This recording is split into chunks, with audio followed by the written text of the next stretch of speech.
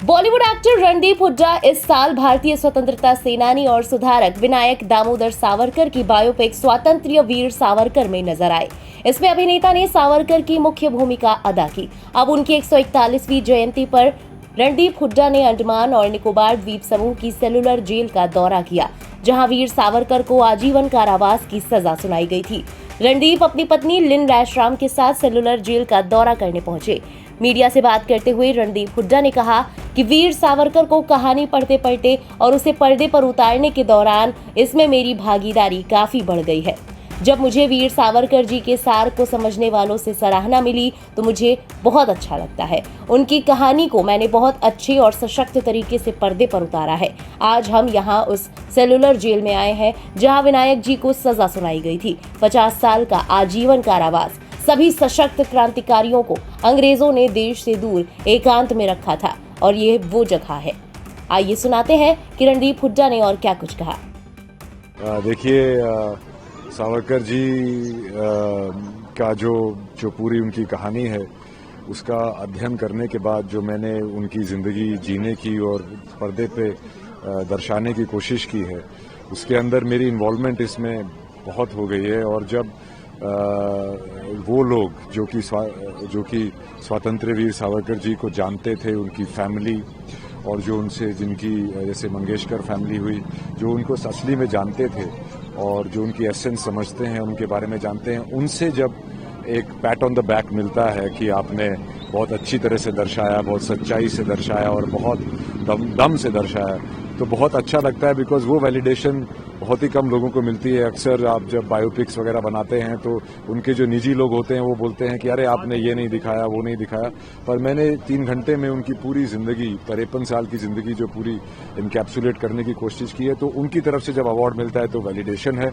और ये यहाँ पे आज हम सेलुलर जेल में आए हैं, जहाँ पे विनायक जी को 50 साल की उम्र कैद हुई थी, 2 उम्र कैद मिली थी। वो अकेले ही एक ऐसे कैदी थे या कॉन्विक्ट थे जिनको ऐसे अंग्रेज़ों ने दिया।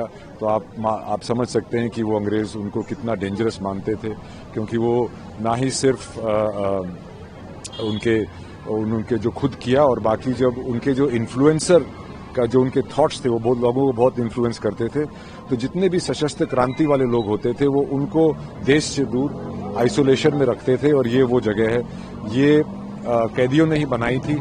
पहले कैदी वाइपर आइलैंड पे रहते थे, वहाँ से उनको यहाँ पे लेके आए और फिर उन्होंने ये जेल बनाई। और 1906 में मेरे ख्याल से ये जेल शुरू हुई थी और विनायक जी यहाँ पे 1911 में आए थे। और इसके पहले 7 विंग होते थे, अब सिर्फ 3 बचे हैं। 2 जापानीज ने अपने बंकर्स के लिए तोड़ दी, और जो 2 वहाँ पे जो उस वक्त गवर्नमेंट थी वो इस जेल को तोड़ना चाहती थी। वो तो यहाँ पे जो कैदी थे, उनके बच्चे हर साल आते थे, तो उन्होंने इसको बिल्कुल इसका नामो निशान मिटने से बचाया।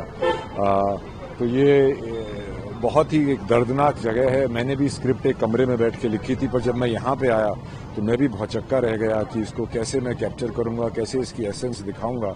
तो मैं काफ़ी समय यहाँ बिता के गया रेकी पे, और फिर आके हमने यहाँ शूटिंग की। और बहुत ही दर्दनाक फेज है, और भगवान करे किसी को भी इतनी पनिशमेंट ना मिले। और बाकी आपको अंदर बताते हैं। रणदीप, मैंने मूवी देखी है जी, मैंने देखा कि कैसे उनको पनिशमेंट मिलती थी। तो जब आप एक कैरेक्टर के लिए इतनी मेहनत करते हैं, वो कैरेक्टर आपके जहन में बस जाता है, आप जब उसके बाद किसी और प्रोजेक्ट पे काम करना चाहते हैं, करने लगते हैं, तो क्या वो कैरेक्टर कहीं ना कहीं रहता है? अब आपके साथ बिल्कुल रहता है वीर सावरकर जी का एक किरदार, क्योंकि ना ही सिर्फ इसमें मैं एक एक्टर था, एक डायरेक्टर और राइटर भी था, को राइटर। उत्कर्ष नेतनी वॉज माई को राइटर इन इट। तो हमने जब इसको लिखा, समझा, हमने उनको समझने की कोशिश की, और जो भी उनके पॉइंट्स थे, जैसे बेल पिटिशन हुई, काला पानी हुआ, गांधी हत्या में जो उनका नाम आया था, हिंदुत्व, वो सारी चीज़ें मैंने कवर करने की कोशिश की। और मैंने सिर्फ सवाल रखा है, मैंने कोई पक्ष नहीं लिया है, सवाल रखा है कि आप इसको देखिए और आप खुद सोचिए कि वो वीर थे, उनका बलिदान वर्थ इट था या कि नहीं। काफी लोगों ने अप्रोच भी किया, बट आपने सबको बहुत देखिए, सब ने वही चीजें सुनी हुई हैं, वही बातें करते रहते हैं, माफी वीर, ये वो। अरे आप पिक्चर देखिए, उनके बारे में कुछ पढ़िए, कुछ अध्ययन कीजिए, तो आपको समझ में आएगा। और उस वक्त जो परिस्थितियां थी, मैंने अपनी पिक्चर में यही दिखाने की कोशिश की है कि जो भी इंसान होता है वो अपनी परिस्थितियों का नतीजा होता है। तो उनकी जो परिस्थितियां थीं, कैसे उनकी तरफ उनको एक हिंदुत्व का एक तरफ बढ़े, कैसे उनके ख्यालात बदलते गए, क्योंकि 1910 तक उनके ख्यालात कुछ और थे। यहाँ पे जब उन्होंने आए तो उन्होंने अपना साम दाम दंड भेद की नीति बदली और उसके बाद वो फिर एक अखंड भारत की तरफ जो उन्होंने उनकी पैरवी थी, जो उनको अलग उनको बोला जाता है कि 2 नेशन थ्योरी उन्होंने दी थी, उन्होंने नहीं दी थी, वो सैयद अहमद खान साहब ने दी थी 1880s में। तो उसको लड़ते हुए कैसे वो अखंड भारत रखना चाहते थे, इसके लिए आप खुद आप पिक्चर देखिए और उसके अंदर मैंने जो सवाल उठाए हैं उनके बारे में आप सोचिए और it's about time he got his due. Also, do you think कभी-कभार हम हिस्ट्री को आज के सिनेरियो से तोड़ते हैं? Do you think ऐसा करना चाहिए? बिल्कुल, देखिए वोकनेस से भी यही होता है। जो पहले आप जोक कर सकते थे वो आज आप कर नहीं सकते हैं। तो जमाना बदलता रहता है और किसी भी हस्ती को उसकी आज की परिस्थिति से नहीं देखा जा सकता।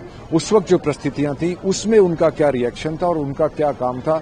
बहुत बड़ी हमारी एक स्वतंत्रता संग्राम की कहानी रही है जिसमें एक पक्ष को बिल्कुल मिटा दिया गया है इतिहास से। तो वही मेरा इसमें एक कोशिश थी। एक लास्ट क्वेश्चन, जब हम आपके साथ जेल में चले अंदर और देखे, आज के टाइम पे एक एक्टर होना बहुत बड़ी बात है क्योंकि काफ़ी डिफरेंट प्रोजेक्ट, बट एक डिफिकल्ट जॉब भी है, सोशल मीडिया है, उसकी आलोचना की जाती है, how you deal with that? देखिए, मैंने अपनी पिक्चर जो मुझे रिसर्च में मेरे को सच्चाई दिखी, मैंने उसको दिखाने की कोशिश की, क्योंकि आप 3 घंटे में पूरी ज़िंदगी नहीं बता सकते हैं, तो उसके अंदर कुछ क्रिएटिव लिबर्टीज़ आपको लेनी पड़ी। पर मैंने बहुत ही फैक्चुअल रिसर्च करके ये बनाई है। अब लोगों को अगर वो सुनना ही नहीं है और आंख मूंद के उसको नकारना ही है तो उसका मैं कुछ नहीं कर सकता।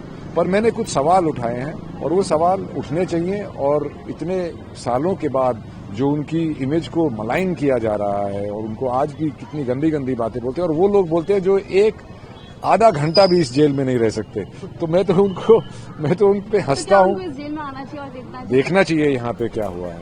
ब्यूरो रिपोर्ट, इंडिया पब्लिक खबर। इसी के साथ इस स्पेशल रिपोर्ट में बस इतना ही। देश और दुनिया की बाकी अहम खबरों के लिए बने रहें इंडिया पब्लिक खबर के साथ। हमारे YouTube चैनल को सब्सक्राइब करें और बेल आइकन दबाना बिल्कुल ना भूलें।